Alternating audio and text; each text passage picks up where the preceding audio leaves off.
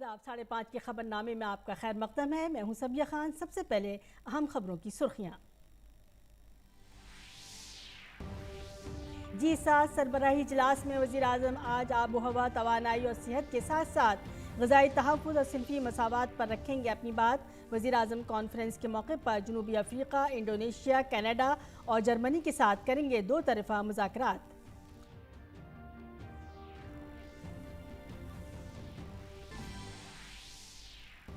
G7 रहनुमाओं ने 5 सालों में निजी और अवामी फंड्स में $600 अरब मालियत की आलमी इंफ्रास्ट्रक्चर और सरमायाकारी के लिए शराकत का किया आगाज़। ये तरक्की पजीर ममालिक में इंफ्रास्ट्रक्चर की तरक्की के लिए एक साबित होगा अहम कदम।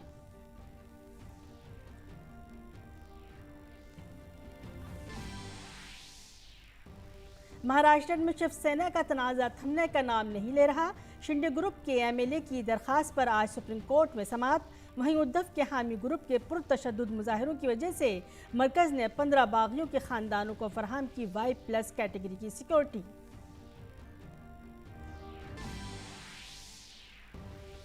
आसाम में सैलाब की सूरत हाल में बेहतरी। वज़ीर आला ने सूरत हाल और राहती इक़दामात का लिया जायज़ा। सभी तिब्बी सहूलतें फराहम करने का दिया हुक्म। उत्तराखंड में भी येलो अलर्ट जारी।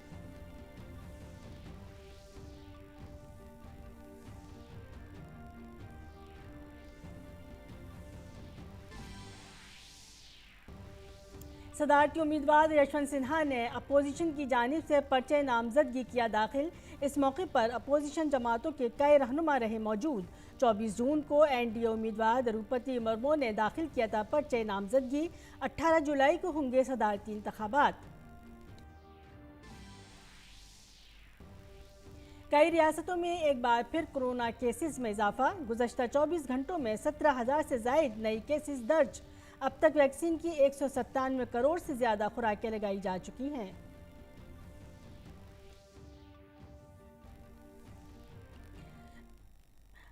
आदाब, अब खबरें तफसील से। वज़ीर आज़म नरेंद्र मोदी आज G7 सरबराही इजलास के दूसरे दिन दो खुसूसी इजलासों में हिस्सा ले रहे हैं। पहला सेशन मौसमियाती तब्दीली, तवानाई और सेहत पर होगा, जबकि दूसरा सेशन फूड सिक्योरिटी और सिनफी मसावात पर होगा। वज़ीर आज़म नरेंद्र मोदी आज जनूबी अफ्रीका, इंडोनेशिया, कनाडा और जर्मनी के साथ भी दो तरफ़ा बातचीत करेंगे। इससे कबल इतवार को G7 सरबराही इजलास जनूबी जर्मनी के एल्माउ कैसल में शुरू हुआ और मंगल तक जारी रहेगा। कॉन्फ्रेंस का बुनियादी एजेंडा यूक्रेन में जंग और उसके नतीजे में आलमी ग़िज़ाई अदम तहफ़्फ़ुज़ है। आलमी रहनुमा रूस के तेल पर कीमत कैप लगाने के लिए अमेरिका की एक तजवीज़ पर भी गुफ्तगू करेंगे। वज़ीर आज़म नरेंद्र मोदी जर्मनी में होने वाले G7 इजलास में शिरकत कर रहे हैं। दौरे के पहले दिन वज़ीर आज़म नरेंद्र मोदी ने म्यूनिख में गैर मुकीम भारतीयों को खिताब किया। हमारे नामानिगार अजय मिश्र बता रहे हैं दौरे के दूसरे दिन मुनक्किद होने वाले प्रोग्रामों के बारे में। नरेंद्र मोदी के जर्मनी दौरे का पहला दिन रहा भारतीय डायस्पोरा के नाम, जहां पर उन्होंने स्पष्ट तौर पर यह संदेश दिया कि भारत चौथी औद्योगिक क्रांति की नेतृत्व करने की क्षमता रखता है। लेकिन दूसरा दिन और भी खास होने जा रहा है। शॉल्स अलमाऊ में जहां G7 की बैठक चल रही है, वहां पर भारत को स्पेशल पार्टनर कंट्री के तौर पर बुलाया गया है और प्रधानमंत्री नरेंद्र मोदी यहाँ के स्थानीय समय से 11 बजे रवाना होंगे हेलीकॉप्टर के ज़रिए। वहाँ पर जो जर्मन चांसलर हैं वो उनका स्वागत करेंगे और वो पहले ही प्लेनरी सेशन में भारत का पक्ष पूरी दुनिया के सामने रखते हुए नजर आएंगे, जो फोकस कर रहा है हेल्थ के ऊपर और इन्वेस्टमेंट के ऊपर। उसके बाद बायलैटरल्स की अगर हम बात करें तो बहुत इंपॉर्टेंट बायलैटरल्स पहले ही हाफ में होने जा रहे हैं, जिसमें साउथ अफ्रीका, इंडोनेशिया और जर्मनी, ये 3 देशों के साथ द्विपक्षीय वार्ता प्रधानमंत्री मोदी की होनी है। लंच सेशन के बाद एक दूसरा सेशन बहुत इंपॉर्टेंट है, जो कि फूड सिक्योरिटी और जेंडर इक्वालिटी के ऊपर है। उस पर भी भारत अपनी बात इस G7 के समिट के मोर्चे पर रखता हुआ नजर आएगा। उस दूसरे सेशन के बाद में भारत के प्रधानमंत्री जो यूरोपियन यूनियन कमीशन के अध्यक्ष हैं उर्सुला वॉन डर लायन, उनके साथ मुलाकात करेंगे और साथ ही साथ कनाडा के साथ उनका बायलैटरल भी तय हुआ है। बहुत सारे स्लॉट्स अभी छोड़े गए हैं, हो सकता है कुछ और देश भी बायलैटरल की इस पूरी श्रृंखला में शामिल हों, लेकिन दूसरा दिन बहुत ही एंगेजिंग होने जा रहा है और स्पष्ट तौर पर भारत ये पूरी दुनिया को संदेश देता हुआ नजर आएगा कि अगर समस्याओं का समाधान निकालना है तो विकसित देशों को, विकासशील देशों को साथ लेकर के चलना होगा।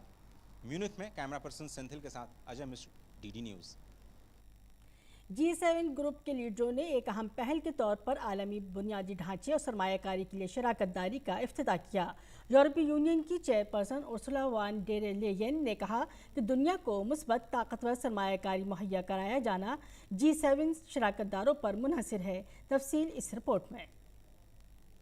7 कॉन्फ्रेंस के लिए जमा होने वाले 7 लीडर्स दिन के आखिरी वर्किंग सेशन में जमा हुए। दिन भर लीडरों ने इस ग्रुप के इत्तेहाद की सताइश की और उसका मुजाहरा भी किया। इन लीडरों ने बुनियादी और जामे तरक्की के लिए 2027 तक $600 बिलियन इकट्ठा करने का ऐलान किया। उन्होंने जोर देकर कहा कि वो दुनिया को ये दिखाना चाहते हैं कि जब जमहूरियत मिलकर काम करती है तो आलमी बरादरी के लिए बेहतरीन नतायज की राह हमवार होती है।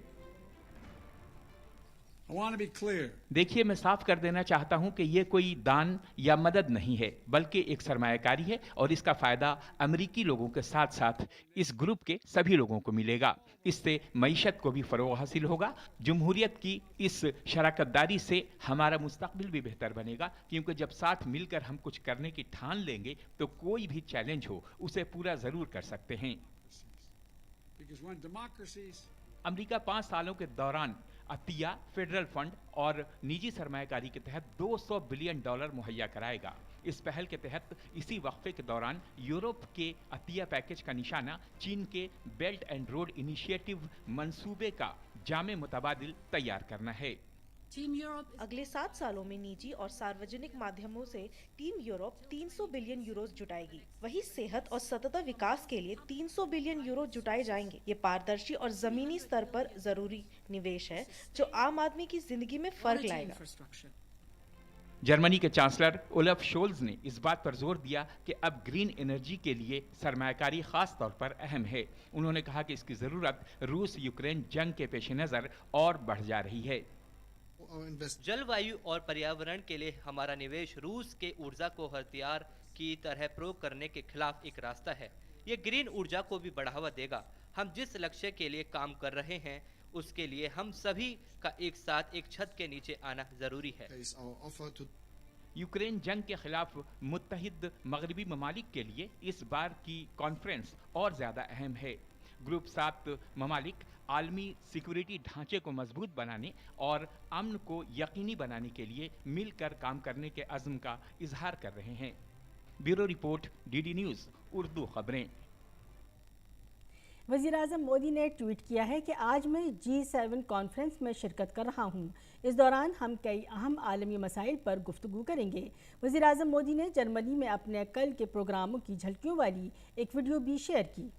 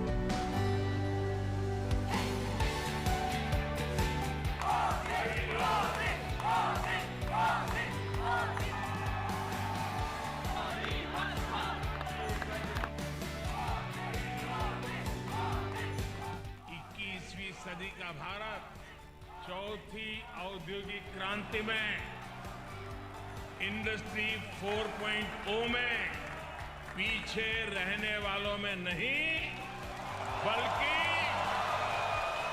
इस औद्योगिक क्रांति का नेतृत्व करने वालों में से एक है। भारत एक मजबूत सरकार के नेतृत्व में, एक स्थिर सरकार के नेतृत्व में, एक निर्णायक सरकार के नेतृत्व में नए सपने भी देख रहा है, नए संकल्प भी ले रहा है और संकल्पों को सिद्धि में परिवर्तित करने के लिए जी जान से जुटा हुआ भी है।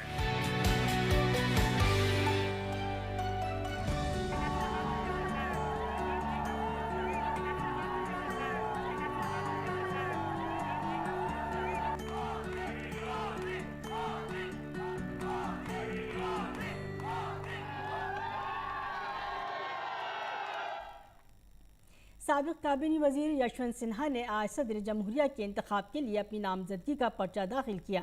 उन्होंने राज्यसभा सेक्रेटरी जनरल के दफ्तर में नामजदगी का पर्चा जमा कराया। इस मौके पर अपोजिशन कई सीनियर लीडर मौजूद थे। इस दौरान टीआरएस ने यशवंत सिन्हा की हिमायत करने का ऐलान किया है। एनडीए की उम्मीदवार द्रौपदी मुर्मू पहले ही नामजदगी का पर्चा दाखिल कर चुकी हैं।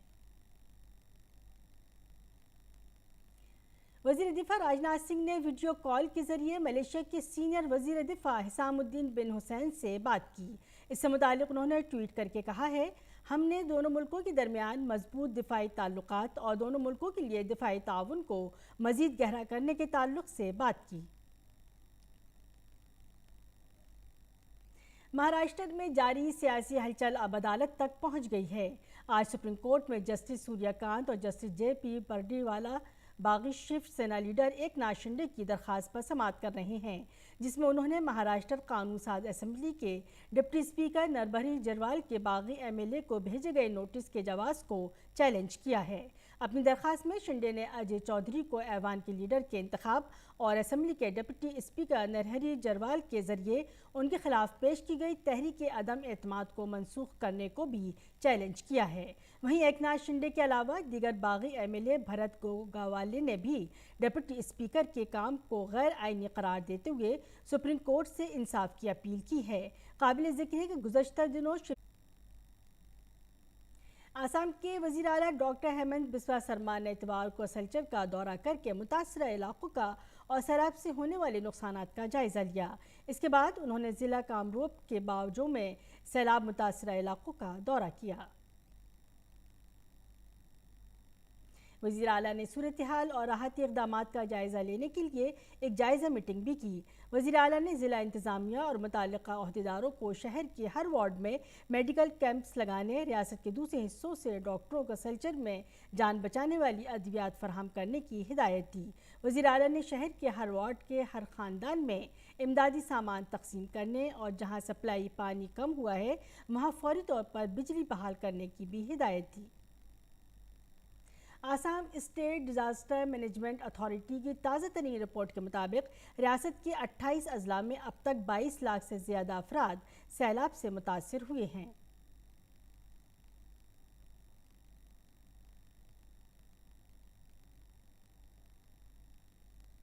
इसके साथ ही गुज़श्ता 24 घंटों में 4 बच्चों समेत 5 अफराद की मौत हुई है।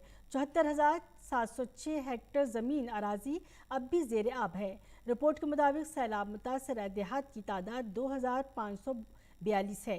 रिपोर्ट में कहा गया है कि 26 जून तक 2,17,000 से ज़ायद लोगों ने 680 रिलीफ कैंपों में पनाह ली। सैलाब से लोगों को बचाने के लिए भारतीय फ़ौज, एनडीआरएफ, एसडीआरएफ और मकामी पुलिस जंगी महाज पर काम कर रही है। ये टीमें मुख्तलिफ मकामात पर फंसे लोगों को सैलाब से बाहिफाजत निकालने के लिए दिन रात काम कर रही हैं। लोगों को खुराक, पानी और दीगर इमदादी सामान फराहम कर रही हैं। कुल पैकेज्ड पीने का पानी, चावल, जानवरों का चारा समेत 85.51 मैट्रिक टन इमदादी सामान गुवाहाटी और जोरहाट से सलचर पहुंचाया गया है। इलाकाई मौसमियाती मरकज़ गुवाहाटी ने अगले चंद दिनों तक रियासत में शदीद बारिश की पेशगोई की है।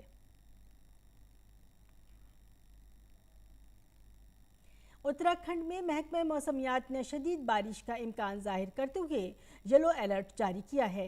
महकमा मौसमियात के मुताबिक कमाऊं गढ़वाल डिवीज़न के पहाड़ी अजला में मूसलाधार बारिश का इम्कान है।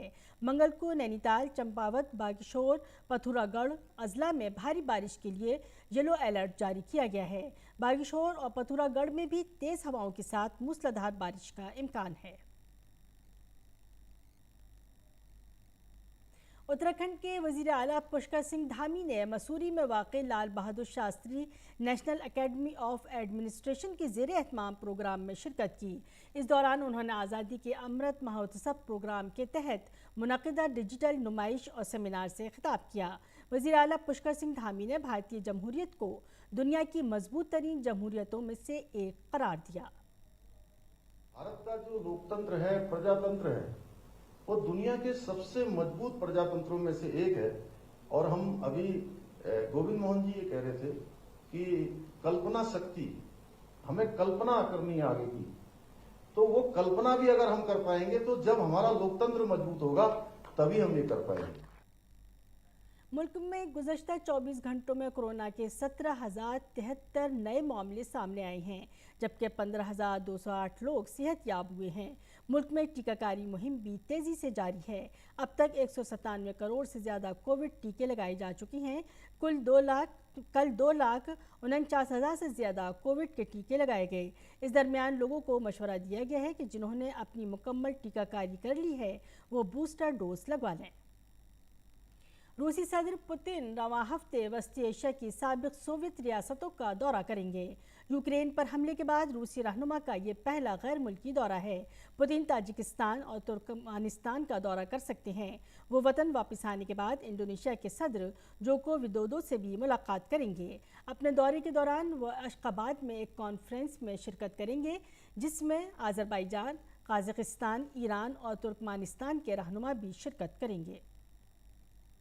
यूक्रेन के सदर व्लादिमीर ज़ेलेंस्की ने कहा है कि उनके मुल्क को रूसी मिसाइलों को रोकने के लिए जदीद फ़ज़ाई दिफाई निज़ाम की ज़रूरत है। उन्होंने कहा कि वह असलहे की फराहमी के हवाले से दोस्त ममालिक से मुसलसल राब्ते में हैं। ज़ेलेंस्की ने कहा कि अगर इत्तेहादी वाकई इत्तेहादी हैं और महज तमाशाई नहीं तो उन्हें हथियारों की सप्लाई तेज़ करनी चाहिए। यूक्रेन के कारखीफ में एक कसीर मंजिला इमारत पर हुई बमबारी के बाद राहत और बचाव का काम जारी है। शनिचर रात हुए मिसाइल हमलों में एक अस्पताल और कुछ निजी इमारतों को भी नुकसान पहुंचा।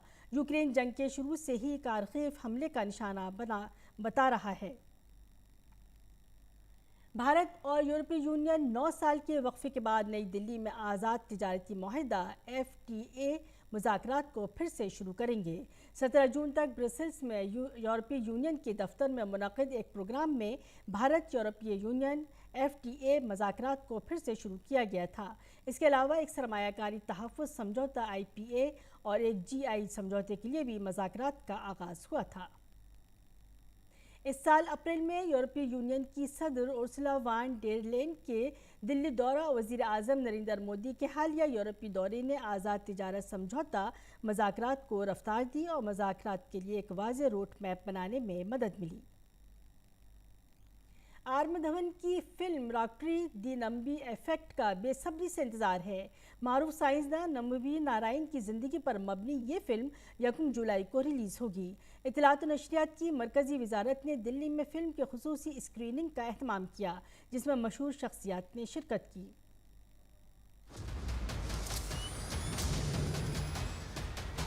सर दुनिया भर में लोग ना 60-70 टन की इंजन बना रहे हैं और हम यहाँ 600 किलोग्राम के खिलौना बनाकर खुश हो रहे हैं। सर ये रॉकेटरी नहीं है, पपेटरी है। जासूसी के फर्जी मामले में फंसाए गए इसरो के साबिक साइंसदान नंबी नारायणन की जिंदगी पर मुश्तमिल film rocketry the Nambi effect 1 जुलाई को सिनेमाघरों में रिलीज होने जा रही है। सबको लगता है कि लिक्विड इंजन मेरी वजह से फेल हुआ है, लेकिन सच तो ये है कि मैं आपकी वजह से फेल हुआ हूँ। मशहूर अदाकार आर माधवन की बतौर डायरेक्टर ये पहली फिल्म है। वजारत इत्तलात और नशरियात ने इतवार की शाम दिल्ली में इस फिल्म की खुसूसी स्क्रीनिंग की। श्री फोर्ट ऑडिटोरियम में हुई इस स्पेशल स्क्रीनिंग में फिल्म के डायरेक्टर, राइटर और मरकजी किरदार आर माधवन के साथ साथ दीगर सरकर्दा शख्सियात ने शिरकत की। वहाँ मौजूद सभी हस्तियों ने इस फिल्म को सराहते हुए इसे बेहतरीन सिनेमा की मिसाल करार दिया। ध्यान रहे कि इस फिल्म का वर्ल्ड प्रीमियर हाल ही में ख़त्म हुए कान फिल्म मेले के दौरान हुआ था। ये एक इतनी रोचक फिल्म है और इससे जो है मर्मस्पर्शी फिल्म है, क्योंकि इसमें हमें पता चलता है कि हमारे देश में जो इसमें आखिरी मैसेज है कि हमारे देश को महान बनना है, तो हमारे देश को महान बनाने वालों को हमें उनको हमेशा रेस्पेक्ट करना पड़ेगा, उनका आदर करना पड़ेगा और उनकी जो भी समस्याएं उनको सुलझाना पड़ेगा और उनको हमें तभी हम महान बन सकते हैं। और इस फिल्म का यही मैसेज है कि हमारा देश आगे प्रगति कर रहा है और हमने जो है गम्मी नारायण जी को परेशानियां हुई पर अंत में जो ट्रुथ था, जो सत्य था, उसकी जीत हुई। आर माधवन ने डीडी न्यूज के साथ खुसूसी बातचीत में इस फिल्म को अपने सिनेमा करियर का बेहद खास मोड़ करार दिया। मेरे पास तो सबसे बड़े महारथी मेरे साथ थे, डॉक्टर गम्मी नारायण है, सब मुझे बता ही रहे थे। तो उनके साथ जिन्होंने इंजन बनाई है जो आज तक कभी फेल ही नहीं हुआ, ये अगर आपके साथ हो तो फिर इससे ज़्यादा फैक्ट कहाँ से मिलेगा। और मैं दिन रात लगभग 2.5 साल साथ रहा हूँ, समझने की कोशिश की और मुझे लगता है कि I was blessed to have a teacher like him. Nambi Narayanan पर लगाए गए झूठे इल्जामात की जांच करके उनकी बेगुनाही साबित करने वाले सीबीआई के साबिक आईजी पीएम नायर भी इस मौके पर मौजूद थे। उन्होंने इस फिल्म की बहुत सताइश की। It's a commendable work by Mr. Madhavan. I would request everybody in India must see the film. It's a combination of technology, science, emotion. You know, if you see the film emotionally so shattered, I couldn't get my breath for some time. So I'm sure that it will be a welcome film. The whole of India and abroad, all of you, the people who must see the film. Very, very, very, very, very entertaining, meaningful, and a very, very, very captivating film. Film की special screening का हिस्सा बनने वाले इस film के मौजू और इसकी तख्लीकियत को लेकर काफी मुतासिर नजर आए। It was such an intense film, but from the point of view of gripping the audience, the grip never went away. It was very entertaining and it was very captivating for all of us, although emotional in the sense as a film. It was an extremely successful film. So for that, my first congratulations to him. This film talks about a lot of interesting thoughts which have to be part of anybody in public administration, and for the citizens also to understand that they must understand what is going on behind the scenes, and therefore it's a very, very, very useful and interesting film. I was crying a couple of times in the movie. I was so absorbed emotionally and so intensely involved in the movie. It is beautiful. One must really, really watch it. एक शानदार साइंसदान को जासूसी के फर्जी मामले में फंसाए जाने की साजिश और खुद की बेगुनाही साबित करने के लिए की गई लंबी जद्दोजहद अपने आप में एक अलमिया है। रॉकेटरी द नम्बी इफेक्ट इस अलमिये की कहानी को बड़ी खूबी से बयान करती है। मैं एक रॉकेट साइंटिस्ट हूँ। साइमा खान की रिपोर्ट, डीडी न्यूज। भारतीय अंडर 23 खवातीन की हॉकी टीम ने 5 मुल्की मुकाबले में चांदी का तमगा अपने नाम किया है। इतवार को डबलिन में खेले गए फाइनल मैच में भारत का मुकाबला नीदरलैंड से था, जिसमें नीदरलैंड ने भारत को 1-4 से शिकस्त देकर गोल्ड मेडल जीता और टीम इंडिया को सिल्वर मेडल से ही मुतमईन होना पड़ा। डबलिन में खेले गए पहले T20 मैच में भारत ने आयरलैंड को 7 विकेटों से शिकस्त दी। बारिश से मुतासर 12 ओवर के इस मैच में भारतीय कप्तान हार्दिक पांड्या ने टॉस जीतकर पहले गेंदबाजी का फैसला किया और आयरलैंड की टीम ने 12 ओवर्स में भारत के सामने 109 रन्स का हदफ रखा। आयरलैंड की जानिब से हैरी टेकर ने सबसे ज़्यादा 64 रन्स की इनिंग्स खेली। जवाब में टीम इंडिया ने 3 विकेटों के नुकसान पर हदफ हासिल कर लिया। भारत की जानिब से दीपक हुड्डा ने 47 रन्स बनाए, जबकि कप्तान पांड्या ने 24 रन्स बनाए। भारत ने 2 मैचों की सीरीज में 0-1 की बढ़तरी हासिल कर ली है। सीरीज का आखिरी मैच 28 जून को खेला जाएगा। Music composer RD. बर्मन का आज यौम पैदाइश है। उन्होंने अपनी मौसीकी से हर उम्र के लोगों को मशहूर किया है। आर.डी. बर्मन मौसीकी के ऐसे माहिर थे जिनके बगैर मौसीकी की सनत अधूरी है। आर.डी. बर्मन को पंजुमदा के नाम से भी जाना जाता था। पंजुमदा के यौम पैदाइश के मौके पर हम आपको सुना रहे हैं उनके सदाबहार गीत। आप उनसे महसूस हों और हमें दें इजाज़त।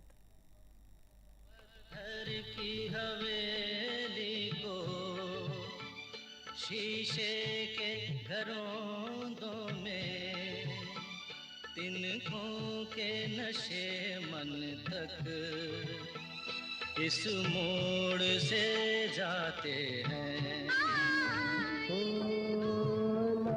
घूम जाएगा चेहरा ये बदल जाएगा। मेरी आवाज़ पहचान है।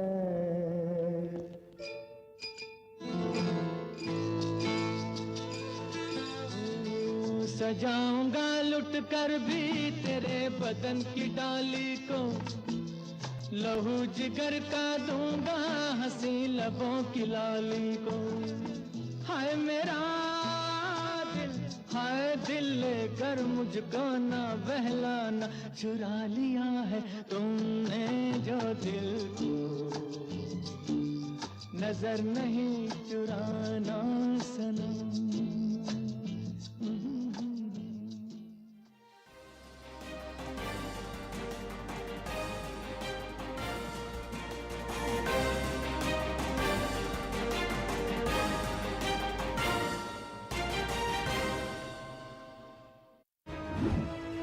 हम बात कर रहे हैं